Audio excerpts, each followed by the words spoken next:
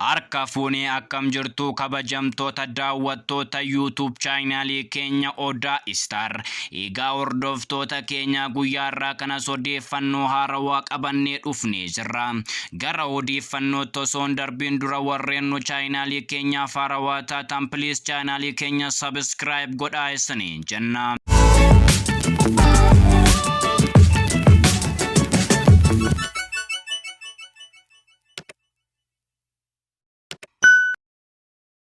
Abbaa Gadaa Karrayyuu Kadir Hawaas boruu dabalatee namoota 14 torbee darbee ajjeefaman waliin qabamanii kan turan namoonni biroo 25 ta'an achi buuteen isaanii dhabamuu maatiin BBC'tti himan. Warra du'an obbaafannee hamma warra kanaa bo'aa jirra jedhu.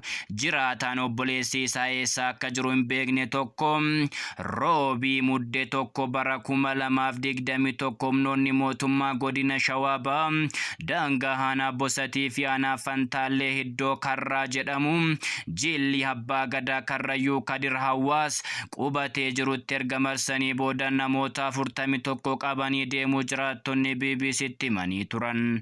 Namoonni kun bakka addaa dhagaa Hanolee jedhamu erga geeffamanii booda Abbaan Gadaa Kadir Hawaas dabalatee namoonni 14 ajjeefamuu simu. Jiraattonnii fi maatiin namoota ajjeefamanii ajjechaa kana kan raawwate humna addaa Oromiyaati jedhu. Mootummaan naannoo Oromiyaa immoo garuu Abbaa Gadaa Karrayyuu garee shororkeessaa shaniin ajjeefaman jechuun ibsa baasee ture. Namoota ajjeefaman kana waliin qabamanii gara bakka dhagaa Hanolee jedhamu geeffamanii kan turan namoonni biroo 25 ergasii eessa akka jiran akka hin beekne maatiin himaniiru. Koomishiniin mirgoota namummaa Itoophiyaa dhimmicha qorachuuf karoora qabaachuu BBC'tti himeera.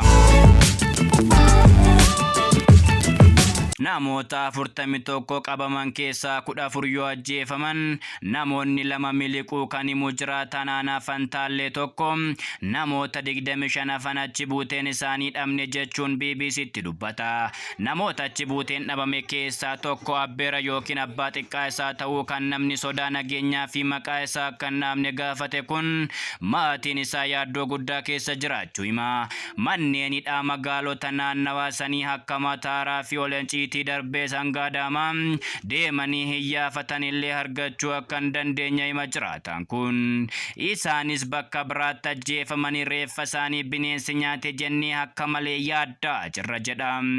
Jiraataan biraa obboleessi isaanii eessa akka jiru hin beekne ammoo yoo barbaacha deemne nutis ni hidhamnaa sodaannee taa'aa jirra jedha. Namoonni bakkeewwan garaagaraa irraa du'a ga'ii yookiin boo'ichaaf gara qe'ee Abbaa Gadaa Kadir Hawaas dhufaa turan karaa irratti qabamanii hidhamaa jiru jechuun dubbata. Karrayyuun Galiilee yoo jalaa badee gadi ba'ee barbaadachuu dadhabee jira jedhu. Abbaan Gadaa Kadir Hawaas dabalatee namoonni 14 kan ajjeefaman roobii galgala yoo ta'u sirna awwaalcha isaanii jimaata ganama ture kan raawwate. Ergasii qaamni mootummaa dhaqee uummata dubbise tokkollee akka hin jirres jiraattonni BBC'tti dubbatu. Ajjeechaa roobii darbe raawwate torbee tokko dura naannoo daangaa aanaa Fantaallee fi naannoo Affaritti waraanni mootummaa fi hidhattoonni hin beekamne wal waraanuu fi humnoonni mootummaa hagi tokko miidhamuu himu. Ajjeechaan Abbaa Gadaa Kadir Hawaas dabalatee namoonni 14 irrattis raawwates sanaan wal qabachuu akka hin oolle shakku. Biiroon Kominikeeshinii naannoo Oromiyaa garuu ibsa jimaata fuula Facebook isaa irratti baaseen Abbaan Gadaa Karrayyuu Kadir Hawaas garee shororkeessaa shaniin ajjeefaman jedhe. Uummanni Karrayyuu natu biyyaa fi sirna kootiif jira jedhee hiriira deeggarsaa bahuu isaa hordofuun shaniin abdii kutannaan keessa galtee situ uummata nurratti kakaasee karaa jedhuun ajjeesan jecha jedhanii ibsaa jiru. Ibsichi waa'ee namoota biroo Abbaa Gadaa Kadir Hawaas waliin ajjeefamanis ta'ee waa'ee namoota qabamanii achi buuteen isaan hin beekamne waan jedhe tokkollee hin qabu. Koomishiniin mirgoota namummaa Itoophiyaa ammaan dura ajjeechaa Karrayyuu fi namoota achi buuteen isaanii dhabame irratti qorannoo akka hin goonee fi qorannoo gochuuf karoora akka qabu BBCtti dubbata. Dhimma namoota achi buuteen isaanii hin beekamne irratti bulchiinsi aanaa Fantaallee poolisii godina Shawaa Bahaa fi biiroo kominikeeshinii Oromiyaa irraa deebii argachuuf yaalii taasifne hin milkoofne jedhu warri BBC. Egaa hordoftoota keenya odeeffannoon har'aaf qabanne kana fakkaata. Aga odeeffannoo biraatii walitti deebinutti turtii gaarii qabaadhaa. Bye bye.